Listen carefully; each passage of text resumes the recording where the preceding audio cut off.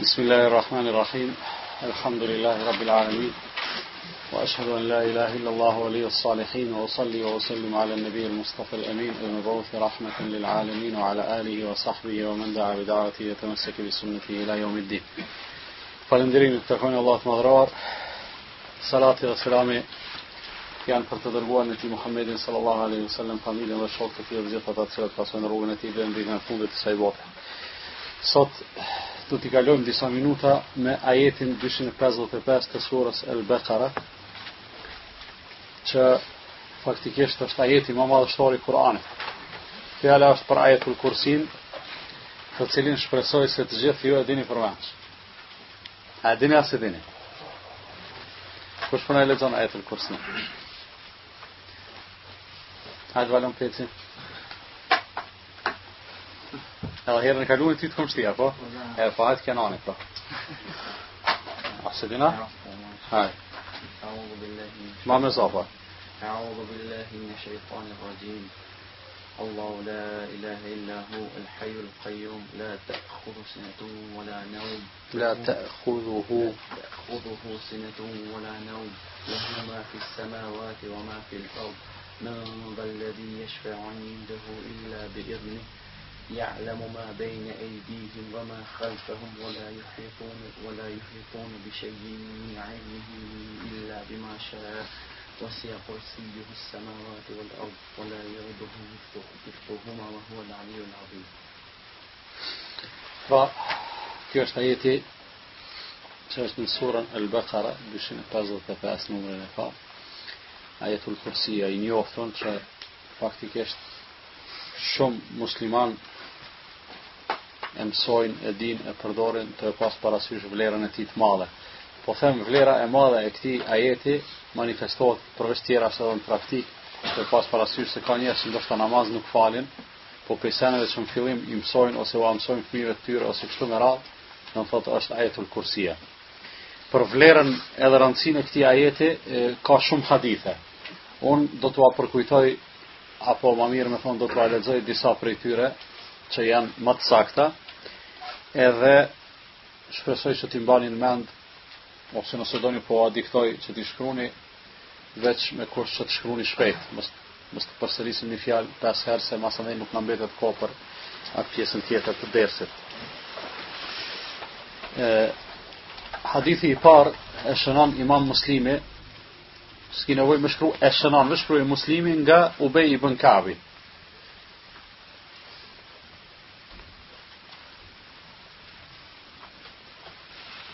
I cili tregon se i dërguari i Allahut Muhammedi sallallahu alaihi wasallam i ka thonë. Do thonë pejgamberi sallallahu alaihi wasallam po i thot Ubejit. E dini se Ubej ibn Ka'bi ka qenë prej dietarëve të sahabeve, apo?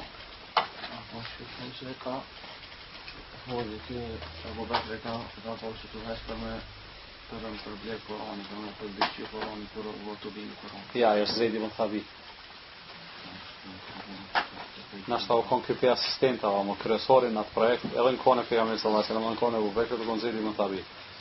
Mirë po, Ubej ibn Ka'bi gjithashtu ka qenë, do të thotë, prej dietarëve, ka qenë prej njerëzve, cilët janë konë dëshmuar për njohje të mirë të Kur'anit. E njëherë Resulullah sallallahu alaihi wasallam i pas ka thonë Ubejit, o Ebul Mundhir, e ka pas kunjen Ebul Mundhir. A e di se cili është ajeti më madhështor në Kur'an? Ky i është përgjigj Allahu dhe i dërguari i tij e din më mirë. Atëherë e ka pyetur edhe një herë Resulullah, ja ka përsërit pyetjen. Ka thënë o Ebul Mundhir, a e di se cili është ajeti më madhështor në Kur'an? Atëherë ky në këtë rast ka thonë ajeti më madhështor në Kur'an është Allahu la ilaha illa huwa al-hayyul qayyum. Thot atëherë Resulullah sallallahu alaihi wasallam më ka godit me dorën e tij, goditje të lehtë normalisht në gjoks. Do thonë çaj miratimi, edhe i ka thonë "Waliyahnaka al-ilmu Abul Mundhir", të boft mirë dituria o Ebul Mundhir. E shijofsh edhe u knassh me të, çështu e ka qëllimin, do thonë kjo fjalë. Ubej ibn Ka'bi e ka ditë parafërsisht se ajetul Kursia është ajeti më madhështor në Kur'an dhe është vërtetuar me insistimin e Resulullah sallallahu alaihi wasallam. Sahabët gjithmonë, edhe kur kanë ditë diçka, janë përgjigjur me Allahu wa rasuluhu a'lam, se e kanë ditë se Resulullah sallallahu alaihi wasallam kur po pyet diçka po do më tregu diçka të re. Po do më mëson ndonjë gjë që cilën ata ndoshta e din apo ndoshta e din vetëm pjesërisht, apo ndoshta edhe nuk e din fare. Në këtë rast, me insistimin e Rasulullah sallallahu alaihi wasallam, ai po përgjigjet se ajeti më madhështor në Kur'an është Allahu la ilaha illa hu, el hayyul qayyum. Atë Rasulullah sallallahu alaihi wasallam po ja miraton përgjigjen duke i thonë u knaq me këtë dituri që ke. Me këtë fjalën e fundit do të thotë kuptojmë se njeriu mundet me pas në dunjë niamete të ndryshme. Mirë, po nëse e ka niametin e diturisë, atëherë s'ka dyshim se është duke poseduar një niamet të madh me të cilin padyshim se ka me u kënaqë edhe ka me pa hajrin shumë.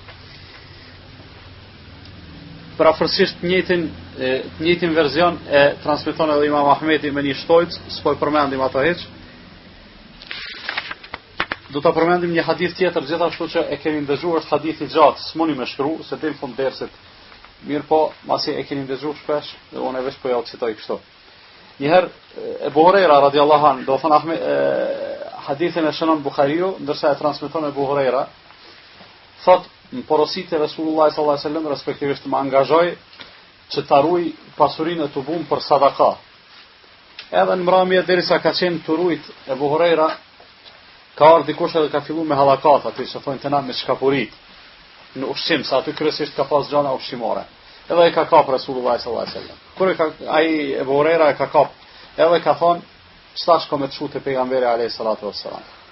Ka thonë mos më çot lutem se jam i varfën, e kam shumë fëmijë, jam nevojtare, kështu me radhë saqë e ka shtin gjuna. Edhe kur ka filluar me udhim të Ebu Hurajrës e ka lëshu. Ka thonë shko, veç mos u kthe mua. Ka thonë po ta jap fjalën që zvima. Natën e dytë Ebu Hurajra tunet aty, atëherë rukon, nuk ka pas mjetë sikur tashit me lez drita e kujdin se çka, po nin që dikush prap po gërmon në përushim edhe ka shku e ka kap. Ka thonë ti kokja i promshit çtash me prap po çoj te Rasulullah sallallahu alaihi wasallam. Edhe ai prap to e lutem fale, mos më çoj, jam i varfën, e kam shumë fëmijë, anej e knej. Edhe e ka lshu. A çdo herë në mëngjes pejgamberi sallallahu alaihi wasallam po e pyet Ebu Hurajrën, do thonë natën e parë, tani në mëngjes po e pyet thotë çka u bë me ato që e nxon e prom. Ky hiç pa i tregu. Thotë vallahi ja Rasulullah, mua në kuqe është i varfën, e ka shumë fëmijë, edhe e lëshova, mullim të e lëshova. Thotë ka rajt, veç ka me ardhë apet. Ebu Hurajra po thotë, tash unë po e ruaj edhe po e di që sigurisht ka me ardhë, masi Rasulullah sallallahu alaihi wasallam po thotë që ka me ardhë. Natën e dytë prap po e ka, prap po i dhimbet, edhe po e lëshon. Mëngjesin e dytë Rasulullah sallallahu alaihi wasallam prap po i thotë, çka u bë me ato që e nxone? Thotë vallahi mullim të e lëshova, thotë ka rajt, s'është e vërtetë ajo që ka thonë. Veç apet ka me ardhë. Edhe kur e ka kap natën e tretë, ka thonë ja stash mos smunesh me mashtru. Se jetu rajt edhe po du me të shute pejgamberi sallallahu alaihi wasallam. Tash ai do të më gjet një hile tjetër për me shpëtu. A çfarë apo jo? I thot a din çka? Thot vesh lësham, thot se kam të mësuni sen që kimia pa hajrin shumë. Thot çka është ajo? Thot mramje kur të shkosh me flajt, kur të bish me flajt, thot knoja ajetul kursin. Allahu la ilaha illa huwa al-hayyul qayyum. Thot knoja lexoj këtë ajet, thot prej atij momenti e deri të gëdhin mëngjesi, thot asnjë shejtan s'ka mundësi me të afro. Edhe pasi ja kam mësuar çfarë ka lëshu se muslimanët kur të lidhin marrëveshje s'ka mujtë e Buhariu më thon çka është ajo kur t'ja ka ja s'po të shoj stash se s'bën ajo është një lloj marrëveshje qoftë edhe e pa shprehur aty me musliman do të thotë një prej cilësive të është se marrëveshje ti përmbaj e ka lëshu mëngjes e ka pyetur Rasulullah sallallahu alaihi wasallam pra po e Buhariu çka u bë puna me ato që nxonin mbram. Thotë vallahi ja Rasulullah, deshta me prut e ti, po më tha se po ta mësoj një send. E thot, masi më tha që është shtuk për shkak se më mësoj atë send, thot elshova. Para mendoni sahabët e Rasulullah sallallahu alaihi wasallam për më mësu diçka janë kon gjendje kush e di çfarë sakrifica me bë. Vetëm për më mësu dikush një send, ndoshta edhe të thjeshtë ose që për neve do këtë thjesht. Ka thonë çka të ka mësu? Më tha kur të shkojsh në xhumë me ra, kur të shtrihesh në strat, lexoje ajetul kursi. Thot prej atij momenti deri në mëngjes thot s'ka më të afro asnjë shejtan. Resulullah sallallahu alaihi wasallam ka thonë Abu Hurajras, çai ka thonë ala? Vërtetën e ka thonë edhe pse ai nëse është gënjeshtar. Gënjeshtar i madh, ha? Të vërtetën e ka thonë edhe pse ai është gënjeshtar i madh. Abu Hurajra ala spedin kush është? Po mendon si pejgamberi son pengje atë hajnin kush është edhe po i thot Resulullah sallallahu alaihi wasallam. Ai kuptoi çto? Të vërtetën e ka thonë edhe pse ai gjithnjë gënjen, është gënjeshtar i madh, ama në këtë rast të vërtetën e ka thonë. Po I thotë o Ebu Hurajra, a jetu e ditë me kanë jetu pas punë që trinet ti? Thotë jo, thotë e shejtani. Do thonë, ka qenë shejtani I cili ka ardhur me marrë për I pasurisë muslimanëve. Në disa versione tjera të hadithit, qëndron se Ebu Hurajra kur e ka pyet, ka thonë po, ka thonë unë jam xhin, po është një familje e varfër e xhinëve, po du mi u çu do hurma me ushqy ose çështë diçka një lloj arsyetimi. Sa është kjo me rëndësi? Me rëndësi është për neve, do të thotë me e kuptu se ajetul kursia pas ka një vlerë të këtill. Dikush mund të më thonë, po çka kjo shejtani e ka mësuar Ebu Hurajran? Është e vërtetë se shejtani e ka mësuar, mirë po këto janë dy specifika në këtë thanje të shejtanit. E para, po ja thot ai I cili e din efektin e asaj tek ai edhe te ata që janë sikur ai. Apo kuptoni? Sigur një njeri stash me I thon dikuj, dikush po don me mbyt një njeri, po s'din ç'më mbyt, ky më I thon, merre edhe prema si ta marr kështu, edhe si të ma presh unë e vdes. Ai ka kupton, do të thon po ja mëson në mënyrë shumë të saktë qysh me mbrojt prej tina. Kjo është e para, edhe e dyta fjala e Resulullah sallallahu alaihi wasallam, të vërtetën e ka fol. Do të thon çato çka ka thon çaj është çashtu qysh e ka thon ai. Çka mësojmë prej kësaj pak me dal për temës, të vërtetën e ka fol edhe pse është gënjeshtar. Ha? Do të thonë nuk prish punë për çdo kune me marrë, nëse çashtu, do të thonë me këto nuk prish punë me marr diturinë e shëndosh, diturinë e bazuar me ato çka është konfirmuar se është e saktë, edhe nëse ai mundet me qenë gënjeshtar, mundet me qenë jo musliman, mundet me qenë kafir, mundet me qenë njeri I keq, çka do të qoftë ai, mirë po nëse kemi konfirmim, jo sipas shefit ton, jo me shku edhe me nguni po e zon një faltor, një astrolog, me thonë me lexuar horoskopin se mos pia qellojnë dikon e kështu me radhë. Jo. Mirë po, shkon njëri edhe të bjen një dituri, një informat e saktë prej dikujt, prej kujt do të qoftë ajo, edhe kur të kish mënyrë qysh me verifikuar se ajo është e saktë, atëherë s'prish punë atë me e përdor, sigurisht është rasti konkret, do të thotë që pej shejtanit, do të thotë Resulullah sallallahu alaihi wasallam e ka aprovu me marr atë informat. Apo kuptoni apo jo? Kalojmë te hadithi e Abu Dharrit, që gjithashtu e shënon Imam Ahmedi. Do thënë Imam Ahmedi e shënon prej Abu Dharrit një hadith, I cili tregon se Abu Dharri tash po thot erdha në xhami ku ishte Resulullah sallallahu alaihi wasallam dhe u ula afër tij. Resulullah sallallahu alaihi wasallam po thot, o Abu Dharr, au fale.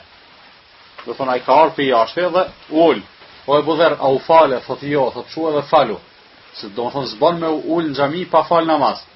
Me hi në xhami nuk bën me ul pa fal namaz.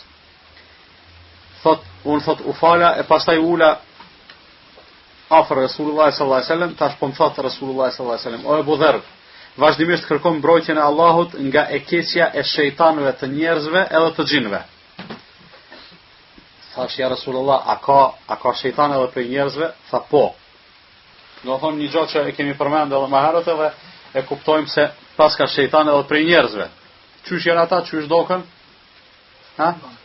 Si njerëz, si na dokën. E çka I bën shejtan? Veprat e tyre, po. Tash Abu Dharri masi e mur këtë udhëzim prej Resulullah sallallahu alaihi wasallam, e mur një udhëzim praktik, çysh do të më fal para se më ul, edhe e mur një udhëzim kështu të përgjithshëm, çysh do të më kërkoj mbrojtjen e Allahut prej shejtanëve të xhinëve edhe të njerëzve. Po I thot tash Abu Dharri po I bën pyetje Resulullah sallallahu alaihi wasallam. Po I thot ja Resulullah, çka është puna e namazit? Folëm diçka për vlerën e namazit. Ka thonë Resulullah sallallahu alaihi wasallam, namazi është sendi më I vlefshëm, veprimi më I vlefshëm që është përshkruar njerëzve. Do të ç'është bë ose obligim ose që janë nxitën ta. S'ka më të mirë. Andaj thot kush don le të falet pak, edhe kush don le të falet shumë. Është fjala për namazet vullnetare normalisht. Me këto Resulullah sallallahu alaihi wasallam ka dashur me I tregu, me I thonë që unë po I tregoj se kjo është shumë e vlefshme, tani ju çysh doni, dashit falni pak, dashit shumë. Ka thonë po, ç'është puna e axherimit? Thot axherimi është një obligim I cili shpërblehet gjithsesi, por te Allahu ka edhe më tepër. Do të thotë Allahu shpërblen në mënyrë të veçantë për axherimin. Po sadakaja, thot sadakaja, shpërblimi I sadakas është shpërblim I shumë fishuar.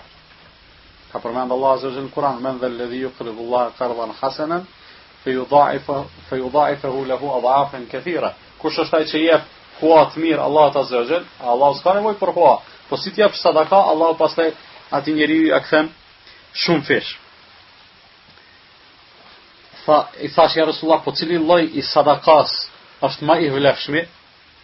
Thot sadakaja më e vlefshme është kur e jep njeriu i cili nuk ka shumë, ka pak.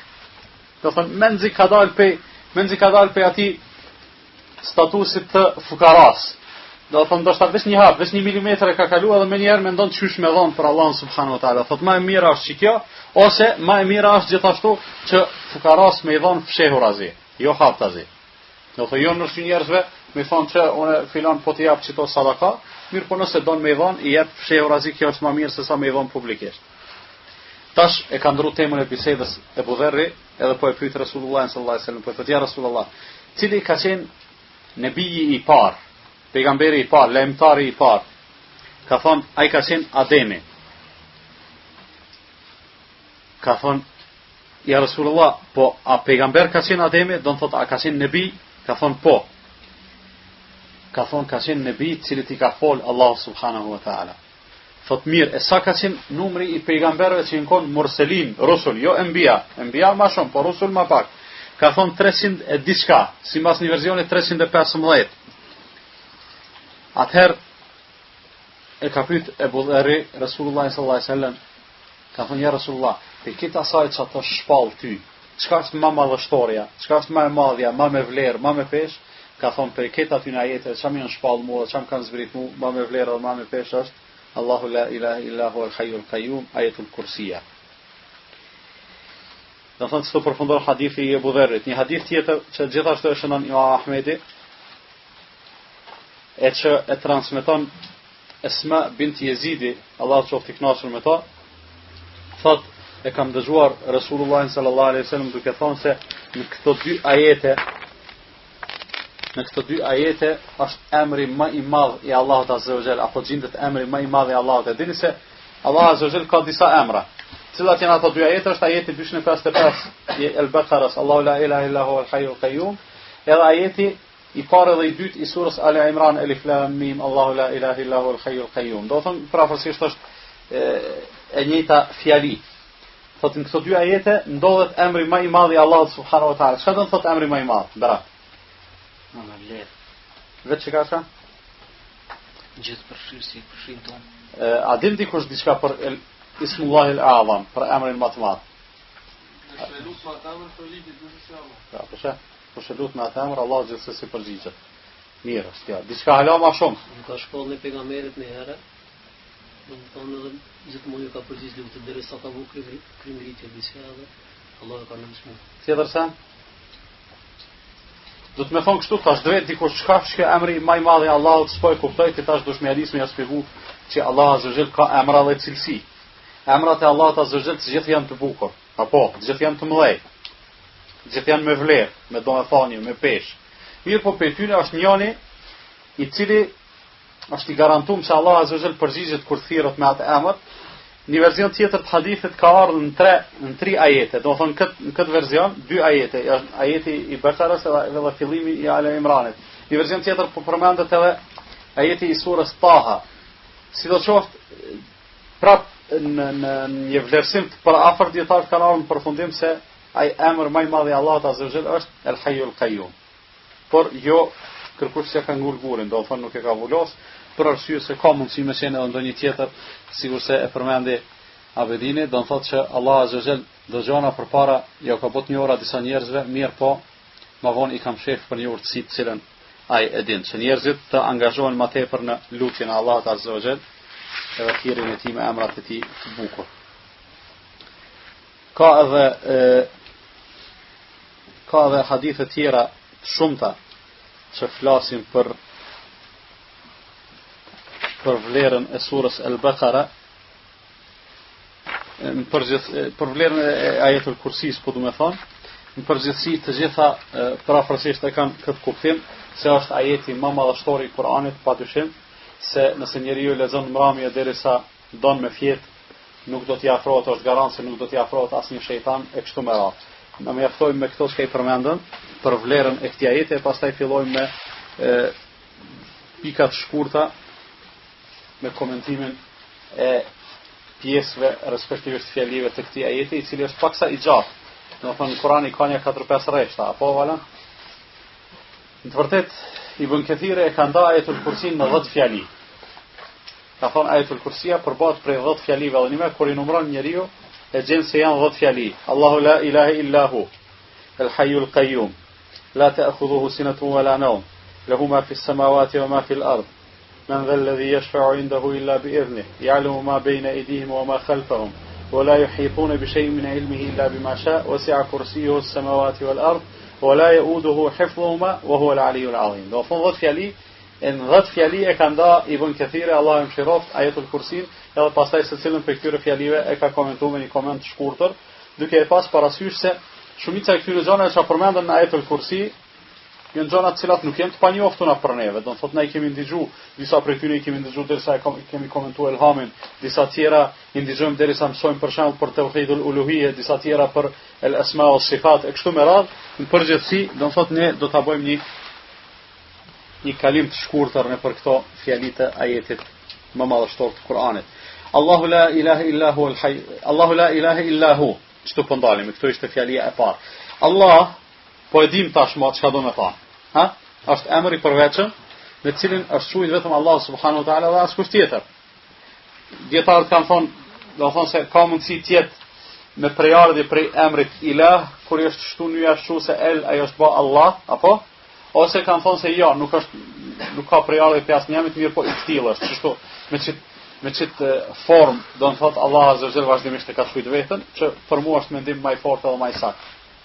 La ilaha illa hu, do të thonë Allahu është ai.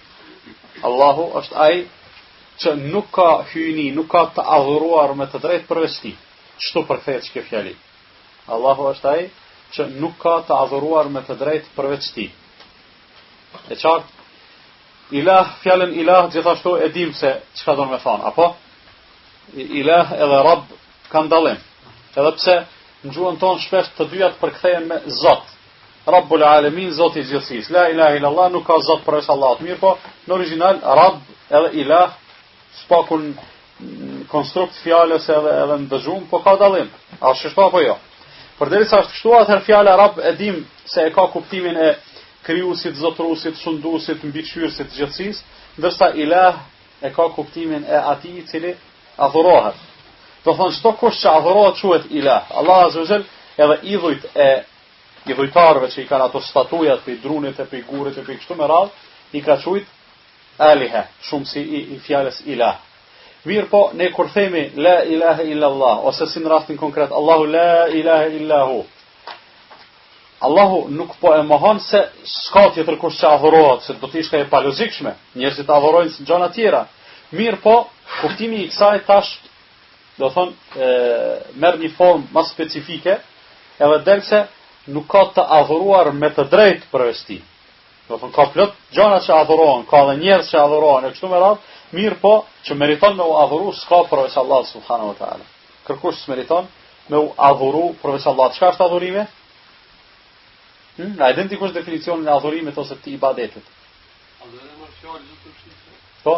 Që përfshin në vete vetë çdo fjalë ose vepër e hakt ose e mshef që e don Allahu ose është i kënaqur me ta. Kjo është definicioni i adhurimit që e ka dhënë. Kush e ka bërë këtë definicion? Ibn Taymi rahimahullah, do të thonë pedishit veç për fshefni. Do thonë çdo fjalë apo vepër e brendshme ose publike, e msheft ose e hap, me cilën Allah azza wa jalla është i kënaqur apo cilën e don quhet ibadet. Në kuptimin e ngushtë normalisht. Se në kuptimin e gjon ibadeti mundet me përfshirë edhe gjëra tjera, që janë vepra të rëndonta, po prapse i nënshtrohen kësaj për arsye se nëse ti e bën me një të mirë edhe një vepër më të rëndontë, ato prapë Allahu e don edhe është i kënaqur me ta. Pra i vetmi meritor për fjalë, vepra të dukshme, të padukshme, cilat i don Allahu, është vetëm Allahu dhe askush tjetër. Kjo është ajo la ilaha illa Allah ose la ilaha illa hu. E kuptum çfarë, do të thonë që mos të vazhdojmë shumë se përsëritën fjalë që janë shpjeguar kohë gjatë. El Hayyul Qayyum janë dy emra prej emrave të Allahut subhanahu wa taala. kush ka qenë prezent kur kom shpjegu për emrat e Allahut të ngjurm, i kom shpjegu këta dy emra, apo i kujtohet apo jo. Kështu që tash do t'i kalojmë shumë shkurtimisht. El Hayy do të thotë i gjallë.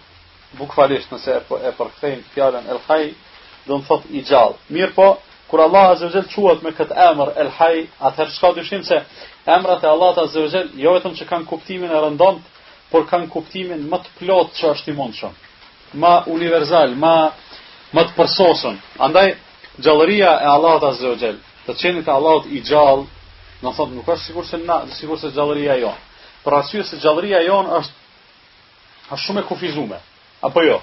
Është e kufizuar në aspektin kohor për shembull. Pastaj është e kufizuar edhe e kushtëzuar me kushte edhe me kritere, të cilat nëse nuk i plotësojmë s'mundem me kon gjallë. Masandej gjallëria jon nganjëherë vjen në si gjendje njeriu i gjallë është, po ka shef mos me kon i gjallë. Pse? Për shkak se ka smundje, ka bela, ka sprova, ka vështirësi, ka ashtu. Krejt këto, çka thash, do thonë vlen për krijesa. Ndërsa gjallëria e Allahut Azza wa Jall nuk është e ktill. Allah Azza wa Jall është i gjallë dhe nuk vdes asnjëherë, sikur se ka thonë në surën El-Furqan, wa tawakkal 'ala Allah wa tawakkal 'ala al-hayy alladhi la yamut. Dhe mbështet ju të gjallit i cili kurrëherë nuk vdes. Pra, kjo është karakteristike e parë e gjallërisë së Allahut subhanahu wa taala, se asnjëherë nuk vdes. Pastaj në gjallërinë e tij nuk ka mangësi, nuk ka ato çka i paraqiten njeriu për shembull, edhe nuk ka nevojë për gjëra të jashtme për të qenë gjallë. Ai ka qenë i gjallë vazhdimisht, është edhe mbetet i ktill. El Qayyum është ai i cili apo ai me ndihmën dhe lejen e cilit ekzistojnë të tjerat. I thonë Qayyumus samawati wal ard, ai i cili i mba në jetë qiejtë dhe tokën, po edhe krejt krijesa të tjera. Do të thotë krejt krijesat çka ekzistojnë në këtë dunja, krejt krijesat çka ekzistojnë në këtë dunja ekzistojnë edhe çndrojnë vetëm me lejen e Allahut subhanahu wa taala. Dhe ekzistojnë çka sa jep leje Allahu. Në atë moment kur Allah azza wa jall nuk don më ato me ekzistu, ato bin, shkatërrohen. Do thotë Allah azza wa jall është ai i cili i mban jetë krejt krijesat, ndërsa vetë ekziston pa pas nevojë, do thotë pas nevojë për asgjë. Sikurse thot Allah azza wa jall në Kur'an, "Wa min ayatihi an taquma as-sama'u wal-ardu bi amri." Thot prej shenjave, argumenteve të fuqisë së tij është se qiejtë dhe toka çndrojnë me lejen e tij dhe me urdhrin e tij. E kuptuam shkurtimisht edhe El Qayyum çka do të thonë, apo jo? Do thonë El Hayy ishte i gjallë në veten e vet, me një gjallëri të përsosur. El Qayyum është ai i cili i mbat të tjerët të çndrojnë. Ja, ka dhe mbikëqyrje aty, po jo, nuk është mbikëqyrje. Se Ar-Raqib, kur thom, për shkak se është mbikëqyrje. Kjo është fjalia e dyta, po. Fjalia e tretë, la ta'khudhuhu sinatun wala nawm. Atë nuk e ka plan as kotja e as gjumi. Kotja edhe gjumi a kanë dallim? Kanë dallima? Çka është kotja dhe çka është gjumi? Pra, hajde. Hajde abeden se ti më i sigurt ti po. Kotja është diçka që mund të thonë se gjumi lehtë, domethënë, parafani e gjumit. Skryt pak shkon për shembull të poshtë, apo krejt mine, nuk thon krejt vetia. Pra, kotja është një lloj gjumi i lehtë, çu po thot, ose është një diçka që i paraprin gjumit, ose nganjëherë njëri mundet mos me flajt mirë, po pa u kotë zban. Kotja edhe gjumi. Çka janë të vërtet? Janë simbole të shkafit. Ha? Dobësisë, të lodhjes. Do thonë, pse flan njëri? S'mund të vashë me sindrom, për çfarë? Do thonë, o lodh, ka shpenzuar energji, ka nevojë për me pushu edhe vjen një kohë kur s'mundet më shumë dhe s'ka çare pa flet. Do thonë, janë shenja simptome të dobësisë, edhe kotja edhe gjumi janë shumë të afërta ndërmjet vete. Mirë po, Allah azza wa jall ka përmend të dyjat, edhe kotin edhe gjumin, për të tregu madhështinë e vet, për të tregu përsosmërinë e vet, për të tregu faktin, për të dëshmuar faktin se krejt çka ekziston janë në mbikëqyrjen e tij dhe ato në asnjë moment nuk përfundojnë të jenë të këtilla. Gjithnjë vazhdojnë të jenë në mbikëqyrjen e Allahut. Një njeri të më i thon ti këshire një rojtar më e marr. Do të thotë me i thon ti sonte kimë ndajt pe orës 8 në mbrëmje deri në orën 8 në mëngjes me rrugë çet objekte së kështu me radhë. Çka bojnë rojtarët zakonisht? Kryesisht flajn. Presin sa ka lëvizje, kur është rreziku më i vogël, ata rrin çut. Kur është rreziku më i madh se s'ka lëvizje, masandej që hajnë ato operojnë më me lehtësi ata çfarë flajn. Pse? Për arsye se është dobësi e njeriu, nuk mundet me qëndru, në anën tjetër do të thotë mbikëqyrja e çasaj me çka është obliguar, është faktikisht zero. E Allah Azza wa Jall për të tregu faktin se vërtet është mbikëqyrës edhe mbajtës edhe dirigjuesi i kësaj gjallësie, ka treguar se atë nuk e ka plon as kotja e as gjume. Ekzistojnë do transmetime kryesisht të dobta, më shumë ngjajnë mos i shkruani bile vetëm ai kështu për më shumë ngjajnë me sen israeliate, që do të thonë transmetime të bëni Israelëve, israeliate që e dini se kur lexon njëri israeliate çuditet me çfarë gjona kanë transmetuar ata. Një pi aty ne thuhet se Musa alayhis salam që ka interesu e ka pyet Xhibrilin a flan Allahu apo nuk flan. Gjatë që është shumë e palogjikshme një pejgamber i Zotit mos më pas qartë një gjatë tillë. Për këtë arsye po them israeliatët janë shumë të çuditshme. Megjithatë thuhet aty se Allah Azza wa Jalla i ka thënë Xhibrilit mos e lë Musën me flajt 3 ditë. Po 3 ditë, do të thonë edhe 3 natë mos e lë hiç me flajt. Si do më marrxhumi ti trazo mos e lë me flajt e kështu me radh, thotë mas 3 ditëve jepja 2 shishe të xhamit në dorë, edhe thuaj se 2 shishe kimi i mbajti në dorë, me po me ilçu durt ato thehen. Edhe ka filluar me i mbajt tu kot ka pak tu çu mos po thehen e kështu me radh derisa dikur kur e ka kot xhumi, atë kur e ka kop xhumi, ato i janë thënë në dorë. Pastaj gjoja Allah Azza wa Jall i pas ka thonë se çdo shembull i qiejve dhe i tokës me bë me flajtone ato shkatërrohen kështu me radhë, mirë po definitivisht do të thotë këto israeliate janë të pasakta. Me rëndësia se Allah Azza wa Jall nëpërmjet mohimit të disa gjonave të cilat rëndom janë dobësi, sikur se është xhumi, kotja, ose kur e mohon për shembull zullumin, Allahu si bën pa drejtësi dikujt e kështu me radhë, çka konfirmon? Se mohon zullumin do të thotë drejt. Formulo, mos thuj shembullin, mos e bën definicion. Nëse e mohon një gjë, e konfirmon të kundërtën, apo nëse e mohon zullumin, e konfirmon drejtësinë. Nëse e mohon xhumin, kotjen, shkujdesjen e kështu me radhë, atëherë e konfirmon vigjilencën, mbikëqyrjen e vazhdueshme, gjithdijen e kështu me radhë. A çdo apo jo? Ka ardhur një hadith sahih, cilën e transmeton Ebu Musa al-Ash'ari radhiyallahu anhu, i cili thot një herë Resulullah sallallahu alaihi wasallam është shumë na mbajt fjalim edhe na i ka thon 4 gjëra. Ka thon inna Allaha la yanamu wa la yanbaghi lahu an yanam. Allahu Azza wa Jall nuk flen dhe nuk i takon atij të flej. Nuk flen dhe nuk i takon të flej. Për çfarë arsye? Për arsye se s'ka nevojë, nuk lodhet, është i gjithfuqishëm e kështu me radhë, por njëkohësisht edhe mbikëqyrja e vazhdueshme e ekzistencës nuk përkon me xhumin. Yakhfidul qista wa yarfa'u. Peshorën e ngrit edhe e zbret. Do thon drejtësia që njerëzit kanë herë edhe nuk i përmbahen, Allah Azza wa Jalla është ai i cili e realizon. Thot yurfa'u ilayhi 'amalu al-layli qabla 'amali an-nahar wa 'amalu an-nahari qabla 'amali al-layl. Thot të ai ngriten veprat e natës para se të vi dita dhe veprat e ditës para se të vi nata. Hijabuhu an-nur aw an-nar. Ka në transmetim thot perdeja që na pengon me pa Allahun Azza wa Jall është drita, ose sipas një transmetimi zjarri. Thot لو كشفه لأحرقت سبحات وجهه من انتهى إليه بصره من خلقه. Thot sikur Allah Azza wa Jall ta kishte kat perde, thot atëherë shkëlqimi dhe ndryshimi i fytyrës së tij do të digjte krejt aty ku arrin shiqimi i tij. Ku arrin shiqimi i Allahut gjithkohë.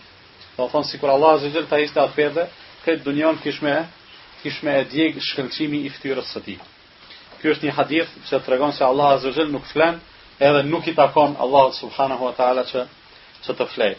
Kalojmë te fjalia e 4, lahu ma fis samawati wa ma fil ard, ati i takon këtë çka ka në qiell edhe në tokë. Pra, këtë çka ka në qiell edhe në tokë, çdo gjë që ekziston, janë të nënshtruar, janë krijesa e robër të Allah subhanahu wa ta'ala, edhe nuk nuk ka mundësi që ata të kenë ndonjë lëvizje, ndonjë çndrim, ndonjë iniciativë përveç se me lejen e Allahut subhanahu wa taala. Njeriu edhe kur bën keq, na themi se është nën pushtetin e Allahut, edhe kur bën keq, me dashur Allahu mos më lejuaj, s'mundet me bë keq, edhe ato e bën me lejen e Allahut. Mirë po, ju e dini se dëshira e Allahut është dy lloje. A vala? Është dy lloje. Qysh? Kozmologjike edhe po, edhe fetare. Dëshira kozmologjike është ajo që Allah azza wa jall don me ndodh dita, nata, edhe eklipsi për shembull kur ndodh nxinët hana ose dielli ose kështu, më këta janë ndodh me lejen e Allahut azza wa jall. Edhe kur e lejon Allahu keqbomsin me bë keq, për shembull një kriminal me shku me vjedh një njeri të mirë. Edhe ai bëhet me lejen e Allahut subhanahu wa taala. Mirë po, dëshira fetare apo dëshira sheriatike e Allahut azza wa jall që ai mos me bëvë për atë këqija, po s'ja ka imponu. Allah azza wa jall ka thonë mos vjedh, edhe pse i toleron njerëzit që të vjedhin, mirë po, ata prap do të ballafaqohen me ato që e meritojnë. Allah azza wa jall ka thonë njerëzve faluni, edhe pse i toleron njerëzit mos me u fal, por prap do të ballafaqohen njerëzit falësit e namazit me rezultatet e namazit tyre, po edhe lënësit e namazit me pasojat e lënjes së namazit.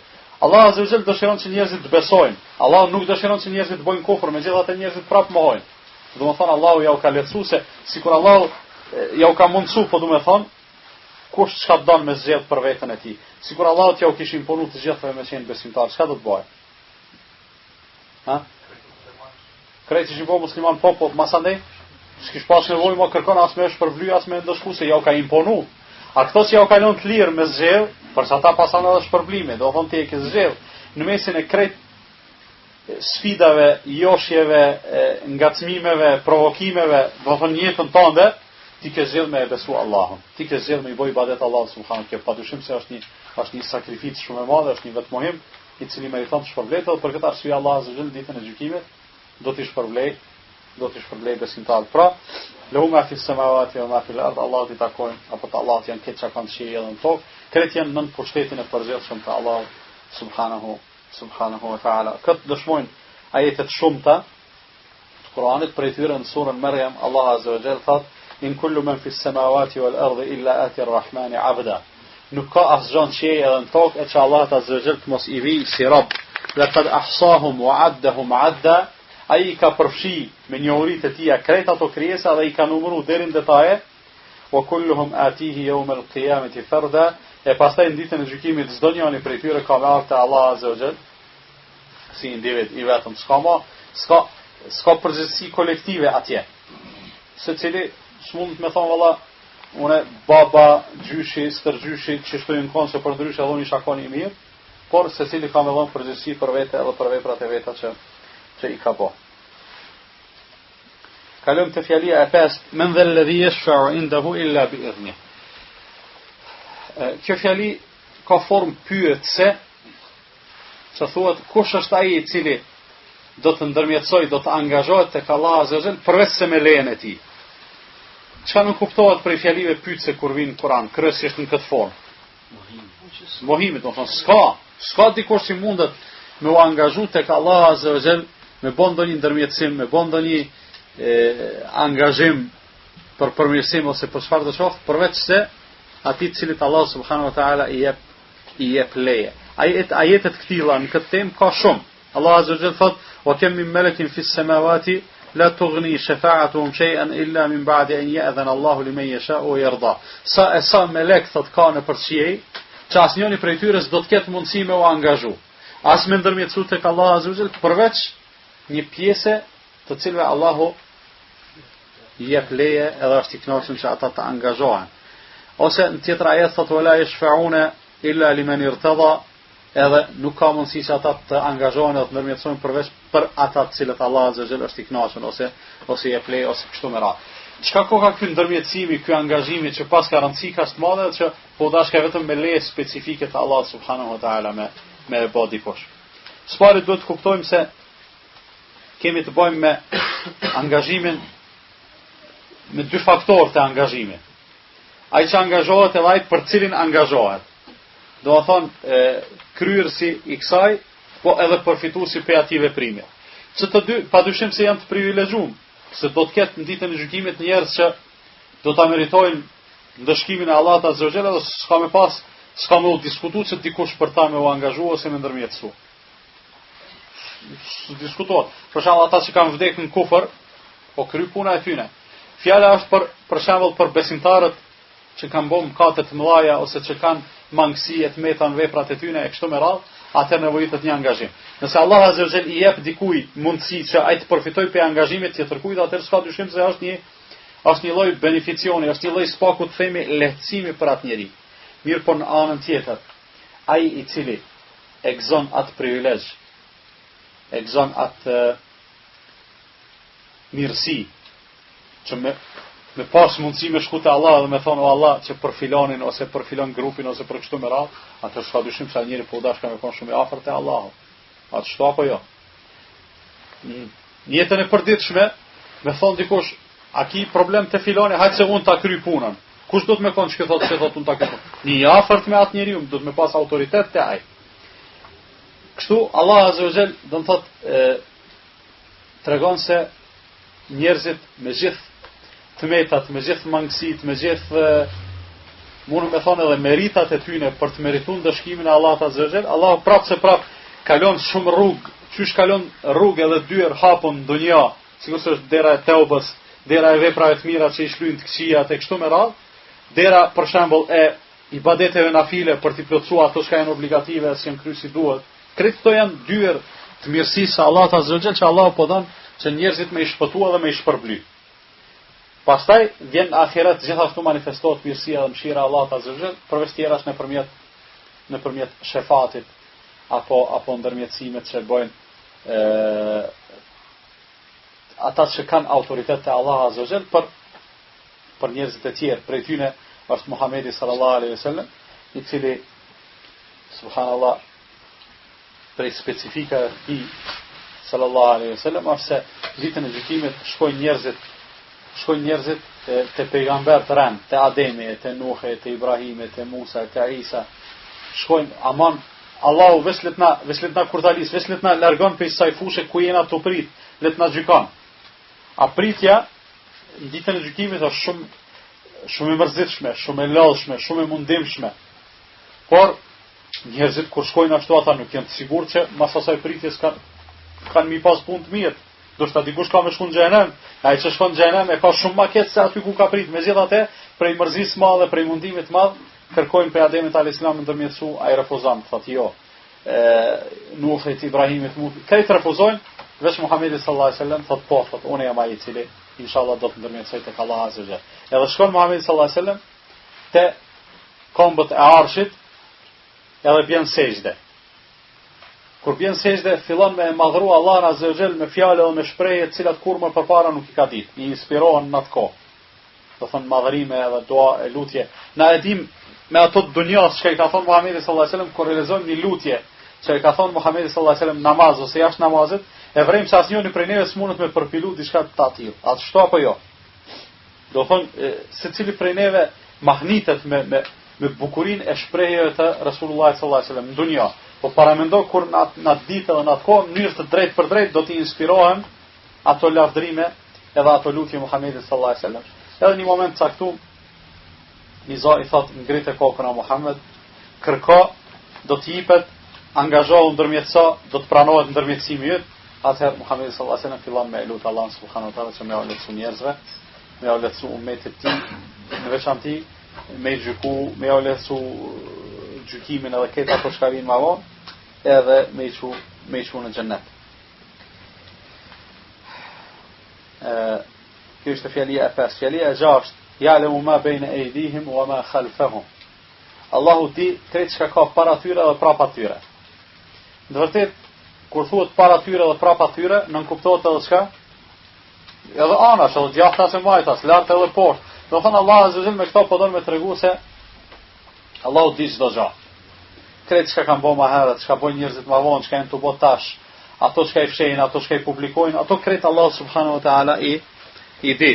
Me një fjalë, krejt krijesat që ekzistojnë në këtë gjithësi, Allah subhanahu wa taala i përfshin me dijen e tij, qoftë ajo në të kaluamën, në tashmen, të ardhmen, ose qoftë edhe do të thotë botës të asaj që na e quajmë e dukshme ose e padukshme ose kështu me radhë. Allahu subhanahu wa taala një ajet flet për engjëjt, për melekët, ku e citon fjalën e thanjen e tyre, o ma natanazzalu illa bi amri rabbik, ne nuk zbresim përveç se me urdhrin e Zotit, do të thonë meleku kur zbret pe qiellit në tokë, ai vetëm me urdhër special, nuk zbret sipas shefit vet. Lahu ma bayna aydina wa ma khalfana wa ma bayna dhalik wa ma kana rabbuka nasiya. Thot ai di çka ka para neve, mrapa neve, edhe në mes atyne, edhe Allah azza wa jall apo Zoti asesi nuk haron.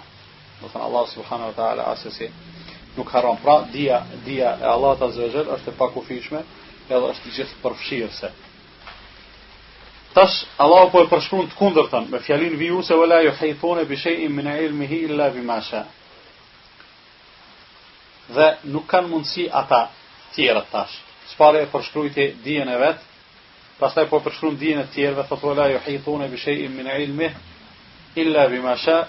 Nuk ka mundësi që ata të arrijnë ose të kapin diçka prej dijes së tij, përveç asaj çka don Allah subhanahu wa taala. Ky ajet apo kjo pjesë e ajetit, kjo fjali mund të ketë dy kuptime. Kuptimi i parë është që Allahu azza wa jall prej diturisë së vet, të pakufishme, një pjesë të diturisë ja jep kujt don për njerëzve, për robërve të vet. Çka ka kuptimin do të thotë wala yuhituna bi shay'in min ilmihi illa bima sha. Çka don Allahu i jep njerëzve me ditë. Për shembull, na din njerëzit çysh dallohen në dije, dikush din më pak, dikush din më shumë. Mirë, po krejt ata në krahasim me dijen e Allahut azza wa jall është e pakrahasueshme. E keni rastin e Musës edhe Khidrit alayhimus salam. Kur kanë bëu muhabet në fillim para se me u shoqëru, që i ka thonë Khidri Musës alayhis salam, "Çfarë Allah ty të ka dhënë diçka që unë se di, po edhe mua më ka dhënë diçka që ti se din." Ma mirë të rrim çështo Musa alayhi ka insistuar ka thonë po kam çaf me edhe me mësu diçka për asaj që Allah ty të ka mësuar. Pra, secili njeri dallon prej tjetrit me diçka specifike. Mirë, po kur ta marrësh krejt një vend me çit dijen e njerëzve, ajo është shumë pak në krahasim me dijen e Allah subhanahu wa taala. Po s'po flasim këtu për krahasim, do të flasim edhe të konsiderojmë se krejt ajo çka din njerëzit, din vetëm prej asaj që Allah azza wa jall i ka mësuar. Kjo është aspekti i parë i kuptimit të këtij ajeti. Kuptimi i dytë thotë Allahu azza wa jall për vetveten gjendjen e tij, emrat, cilësitë e kështu me radhë, ju ka mësuar njerëzve vetëm pak çfarë sa ka dashur. Na nëse dojmë me fol për Allahun, nuk mundem me fol pe hamendjes ose pe imagjinatës tonë ose pe fantazisë tonë, me mbyll syt me fantazu diçka dhe me thon Allahu është kështu edhe kështu. Po kur flasim për Allahun do të më fol çysh? Për asaj çka na ka mësuar Allahu. Allahu na ka mësuar me shpallje, me ajete ose me hadithe të Rasulullahit sallallahu alaihi wasallam.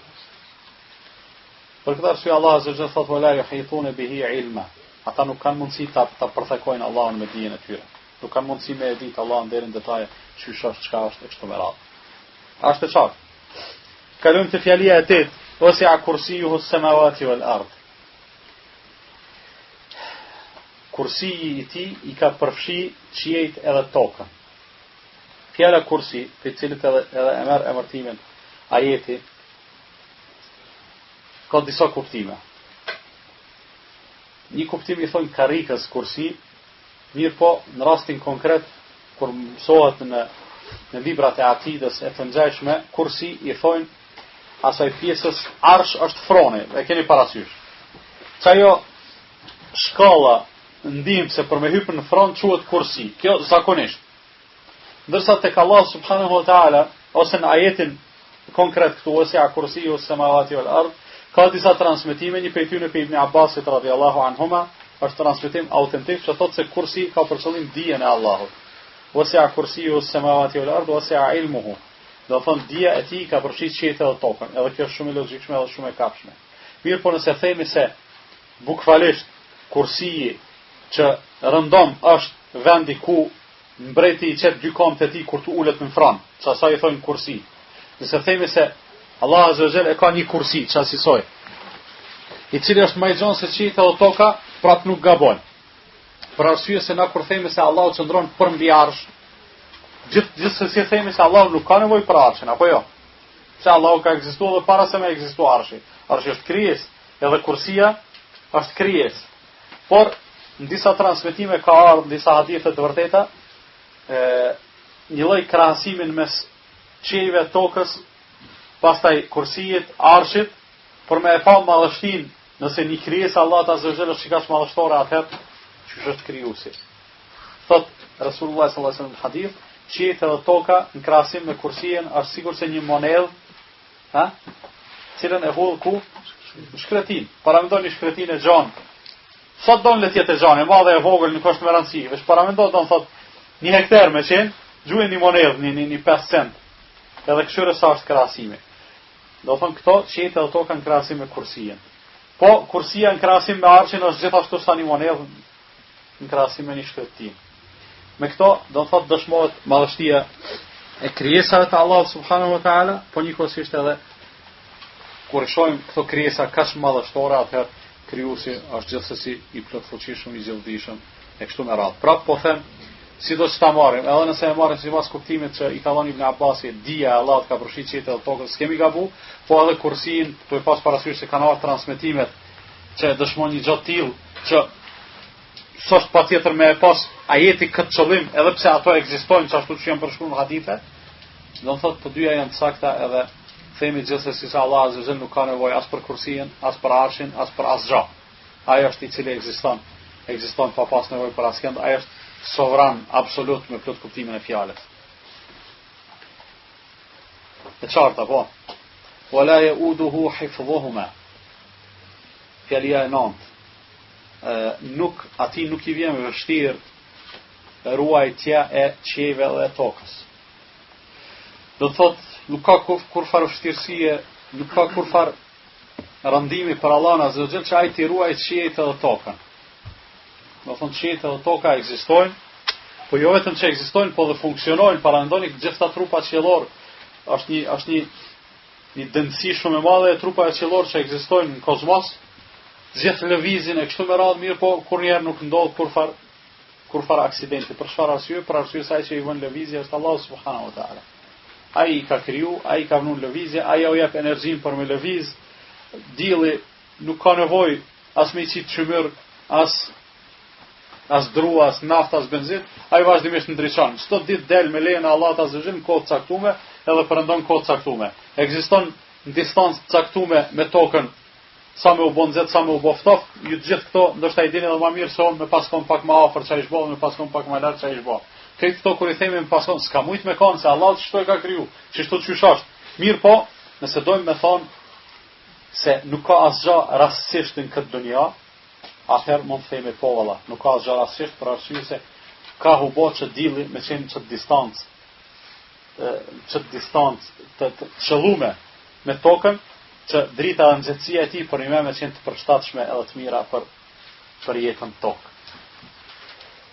E Allah subhanahu wa taala normalisht se nuk i vjen vështirë dhe nuk i vjen rënd që të ruajë qiejt edhe tokën, që ato të funksionojnë ashtu siç duhet, që njerëzit të jetojnë në to, të shfrytëzojnë të mirat edhe begatitë e tij që janë në tokë, edhe shiun që lëshohet prej qiellit e kështu me radhë, por këtë këto njeriu duhet t'i kuptojë si çka, vetëm si karburant që ai pastaj t'i shërbej Allahu Azza wa Jall, apo më mirë me thonë ti bëj ibadet Allahut subhanahu wa taala. Allahu Azza wa Jall këtë gjësi që e ka kriju, na jemi krijesa qendrore në gjësi. A shështo apo jo? Njeriu është krijesa qendrore në gjësi. Dielli është shumë i madh, yjet tjera sipas shkencëtarëve janë shumë miliona herë më të mëdha se dielli, edhe pse në qiell natën doken si pika për shkak lartësisë së madhe. Mirë, po megjithatë këto gjithë këtë diell Allahu Azza wa Jall ka kriju për neve. Neve me na bodrit, neve me na nxe, gjithë këtë tokë Allah Azza wa Jalla ka kriju për neve, gjithë to kafsh, për cilave kemi dobi, Allah i ka kriju për neve, gjithë ato bim, e kështu me radhë. Madje Allah Azza wa Jalla edhe melek ti ka shtim funksion të njeriu. A shto apo jo? Xhibrilin, gjithë ai meleku më i madh, edhe më i mirë i gjithë melekëve, ai ka qenë i angazhuar me u pru njerëzve ato çka ju bën dobi, shpirtnisht, edhe njëtën e tyre të kësaj bote edhe njëtën e botës tjetër, çashtu Mikailin, çashtu melekët të tjerë kështu me radhë. Pra Allah Azza wa Jall nuk e ka absolutisht të vështirë të ruaj edhe të kujdeset për qiejt edhe tokën edhe këtë çka ka në mes tyre. Po huwa al-aliyyul azim, ai është i lartë dhe i madh. Ai është i lartë dhe i madh, kjo është fjalia e fundit. që përfundon me dy emra prej emrave të Allahut Azza wa Jall, i larti dhe i madhi, madhështori. Subhanallah, këtë ajetet kur përfundojnë me çështu me emrat e Allahut Azza wa Jall, emrat gjithsesi lidhen me me kuptimin e ajetit në përgjithësi. Kuptimisht kish bë me thonë Wahul Ghafurur Rahim. Mirë po, nuk ish lidhën në mënyrë të mrekullueshme, siç janë lidhur këta dy emra, të pas parasysh se Allah Azza wa Jall po flet për fuqinë e vet, për madhështinë e vet e kështu me radhë, dhe po përfundon me këta dy emra të mëdhenj edhe të bukur prej emrave të Allahut subhanahu wa ta'ala. Në përgjithësi, ajetul Kursia është një ajet madhështor, edhe vërtet madhështia e tij qëndron edhe në faktin se lënda të cilën e trajton ajetul Kursia është e madhe. Ajetul Kursia flet për Allahun subhanahu wa ta'ala. Pra, kemi thonë edhe në fillim nëse ju kujtohet një parathonje që e kemi bë se secila dije, secila shkencë autoritetin e vet e ka prej asaj çka trajton. Do thonë dija e cila flet për Allahun azza wa jalla ajo është më e mira dhe më e vlefshme. Edhe në këtë rast ajetul Kursi, çdo ajeti Allahut azza wa jalla, çdo fjalë e Kuranit është madhështore dhe meriton respekt edhe krejt ato, mirë pa ajetul Kursi është më madhështor, për pas parasysh se flet për Allahun subhanahu wa taala. Cili do prej neve më e marr këtë ajet, edhe me studiu mirë, edhe me menduar rreth tij, edhe kështu me radhë, nëse arrim me i kuptuar çdo 10 fjali të ajetit, atëherë e kemi njoft Allahun azza wa jalla ashtu si duhet, ashtu si i takon, edhe e njohim edhe mënyrën se çysh do të më i bëj ibadet atij, qoftë i lartësuar, me kaq po përfundojmë.